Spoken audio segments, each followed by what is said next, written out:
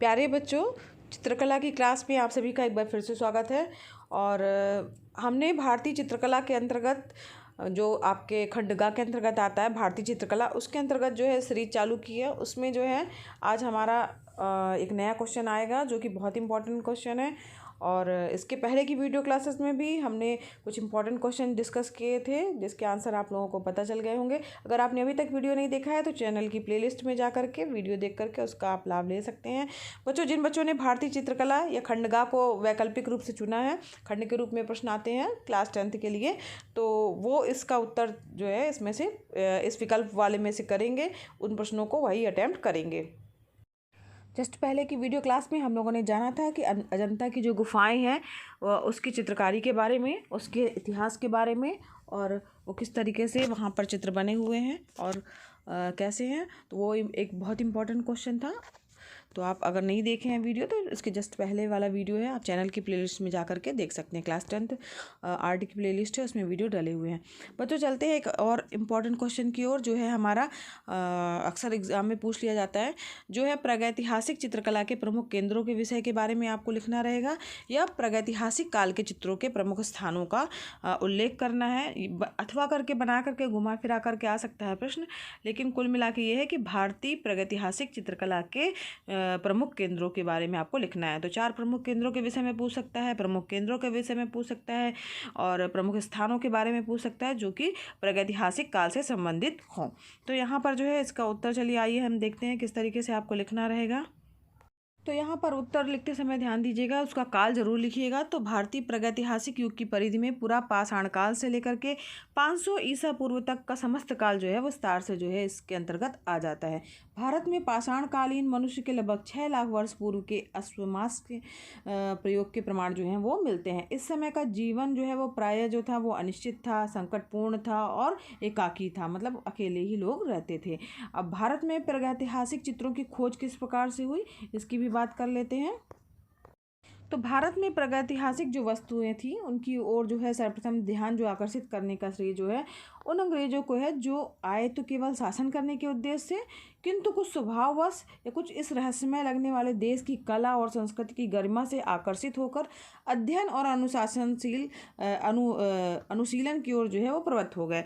Spain और France के जो प्रागैतिहासिक चित्रों की प्रथम शोध के लगभग 1 दशक बाद से ही भारत में भी शिला चित्रों की उपलब्धि का शुभारंभ हो गया था। वहाँ यहाँ पर भी जो है वो शिलाओं पर, पत्थर के पर जो है बड़ी बड़ी जो शिलाएं थी उन पर चित्र मिलने चालू हो गए थे, तो उनका शुभारंभ हो गया था। और ज्ञात तथ्यों के आधार पर इसका प्रथम श्रेय जो है वो कॉकबर्न और कार्लाइल को एक साथ दिया जाना चाहिए कि इसका श्रेय ये है कि उन्होंने ही इन चित्रों की खोज की थी।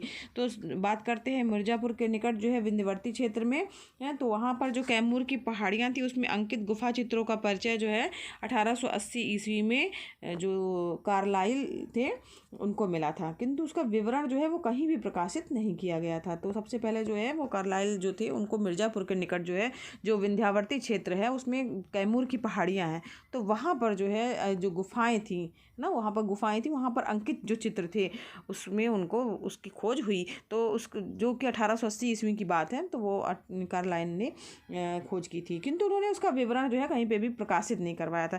केवल 1883 ईस्वी में उसकी सूचना केवल प्रकाशित हुई थी कि ऐसा जो है वो प्राप्त हुआ है।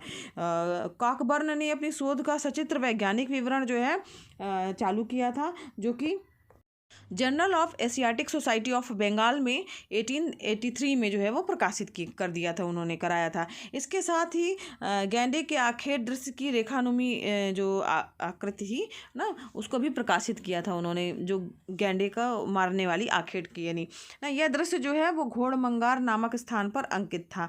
गैंडे के अन्य शिलाचित्र जो थे उन्हें बुढ़ार परगना के रौप नामक गांव से लगभग 400 गज दूर जो है उन्होंने देखे थे। तो विजयगढ़ दुर्ग के समीप जो है हरनी हरण नामक गुफा में उन्हें 12 सिंह आदि के अनेक पशुओं के चित्रों को भी देखने मिला था। तो यहाँ 400 गज दूर पर जो है उनको वो दिखे थे चित्र। विजयगढ़ जो दुर्ग के समीप जो थी तो हरनिहरन नामक गुफा जो थी उसमें 12 सिंह आदि के जो है वो चित्र भी दिखाई दिए, देखने को उन्हें मिले थे। इनमें घोड़मंगार के आखेटों से मिलता जुलता हुआ गेंडे के आखेट का भी एक अजय दृश्य जो है वो चित्रित किया गया, जिसमें 6 आदमी जो हैं वो भालों से उस गेंडे पर प्रहार कर रहे हैं, ऐसा वो चित्र बना हुआ है।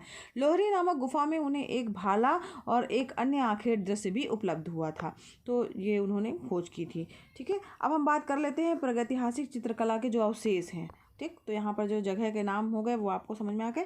अब यहाँ पर अवशेष जो है वो कहाँ कहाँ मिले हैं, तो प्रागैतिहासिक शिल्प चित्रों की उपलब्धि के प्रमुख क्षेत्र और उनके अंतर्गत जो आने वाले स्थान है, तो उनकी जो सूची है वो इस प्रकार से है। तो सबसे पहला है आपका मिर्ज़ापुर क्षेत्र, उत्तर प्रदेश।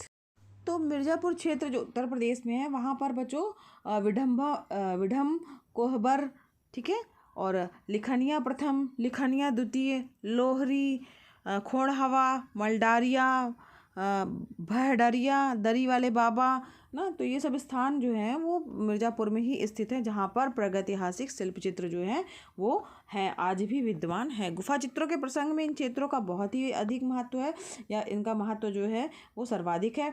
जो कैमूर की पहाड़ियों जिनमें भारतीय गुफा चित्र पहले से पाया गया था, इसी क्षेत्र में लिखानिया गुफा संख्या 2 में गुफा की भीतरी छत और दीवार पर भी अंकित विविध प्रकार के जो आखेट के दृश्य हैं, नर्तन हैं, वादन हैं ना, आदि के जो आलेखनों से आदिम निवासियों की जो कला प्रीता सौंदर्य बोध का जो है उसका सजीव परिचय हमें प्राप्त होता है।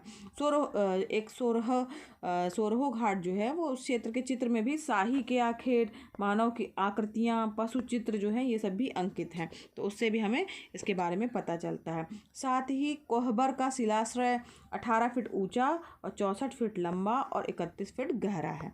ठीक है, तो कोहबर का जो शिलाश्रय है वो 18 फीट ऊंचा है, 64 फीट लंबा और 31 फीट गहरा है। छत तथा दीवालों पर अनेक चित्र बने हुए हैं। तो यहाँ पर जो है खंडेधारी युवक एवं विचित्र पशु आकृतियाँ यहाँ की प्रमुख जो है विशेषताएं हैं। मलडारिया का मार्ग जो है उसमें 10वीं सदी के आसपास के छिटपुट अभिलेख भी जो है वो प्राप्त होते हैं। यहाँ के भीतरी छतों पर भी जो है वो आलेखन है। यहाँ का जो वातावरण है एक विचित्र प्रकार के रहस्यात्मकता से ओतप्रोत है। विजयगढ़ के समीप बच्चों गेंडे के अनेक चित्र जो है वो बने हुए हैं। मिर्ज़ापुर के सुप्रसिद्ध स्थल विंडम में भी अनेक शिलाचित्र हैं। ठीक है, यहाँ के जो शिलाचित्र हैं वो खुले हुए स्थान होने के कारण जो है वो थोड़ा धुंधले से हो गए हैं। विंडम फॉल भी जो है बच्चों मिर्ज़ापुर का एक बहुत अच्छा फेमस फॉल है, और वर्षा काल में नमी के कारण जो है वो स्वतः ही जो है वो स्वतः जो है स्पष्ट हो जाते हैं। जब अगर बारिश का समय आता है तो जब नमी होती है पहले धुंधले हो जाते हैं, फिर उसके बाद जब बारिश होती है उसमें थोड़ा सा वो धुलते हैं, नमी होती है, तो फिर वो स्वतः ही जो है स्पष्ट हो जाते हैं, दिखाई देने लगते हैं। तो इस प्रकार से मिर्ज़ापुर के जो प्रमुख क्षेत्रों की बात की गई, वो प्रमुख क्षेत्र जो है वो फेमस है। अब बात करते हैं रायगढ़ क्षेत्र की। तो रायगढ़ जो क्षेत्र है उसमें सिंघनपुर, करमागढ़, खैरागढ़, खैरपुर, कबरा, पहाड़, नवागढ़ और बोतालुदा और खरसिंगा क्षेत्र जो है वो शिला चित्रों के लिए विख्यात है। तो ये रायगढ़ का क्षेत्र भी जो है वो प्रागैतिहासिक चित्रों के लिए जो है वो विख्यात है। तो यहाँ पर सिंघनपुर की बात कर लेते हैं। सिंघनपुर का वर्णन ही विद्वानों के द्वारा विशद रूप में किया गया है। यहाँ के जो चित्र हैं लाल गेरुए रंग में अंकित हैं, किंतु शिलाओं के अपने रंग तथा कलागत क्षीणता के कारण उनके बहुरंगी होने का भ्रम होता है। ऐसा लगता है कि वो कई रंग उसमें हैं, लेकिन वास्तव में जो है वो चित्र जो मेन थे वो लाल गेरुए रंग से ही बनाए गए थे। यहाँ अनेक समूह चित्र भी हैं। तो जो कबरा पहाड़ तक पहुँचने का मार्ग जो है अत्यंत कठिन है, दुर्लभ है, और चित्र भी जो है वो बहुत ज़्यादा ऊंचे ऊंचे स्थानों पर बने हुए हैं। यहाँ के सभी चित्र जो है वो गेरुए लाल रंग में ही अंकित मिलते हैं। तो इस प्रकार से बच्चों आज हमने जाना प्रागैतिहासिक काल के जो चित्रकला के जो प्रमुख केंद्र थे उनके बारे में। और बच्चों ये क्वेश्चन जो है एग्ज़ाम की दृष्टि से भी इम्पॉर्टेंट है, तो इसको भी आप अच्छे से पढ़ लीजिएगा। आज की वीडियो क्लास में बच्चों बस इतना ही। नेक्स्ट वीडियो क्लास में हम एक नया प्रश्न लेके चलेंगे इस नए सीरीज़ में। अगर बच्चों पढ़ाना पसंद आ रहा हो तो वीडियो को लाइक कीजिएगा, चैनल पर नए हैं तो चैनल को सब्सक्राइब कीजिए बच्चों, साथ ही बेल आइकन भी प्रेस कीजिएगा ताकि आपको नए वीडियो का नोटिफिकेशन सबसे पहले मिले। बच्चों वीडियो क्लासेस फ्री हैं तो आप भी लाभ लीजिए, अपने फ्रेंड्स को भी शेयर कीजिए ताकि वो भी इसका लाभ ले सके। धन्यवाद बच्चों, मिलते हैं नेक्स्ट वीडियो क्लास में।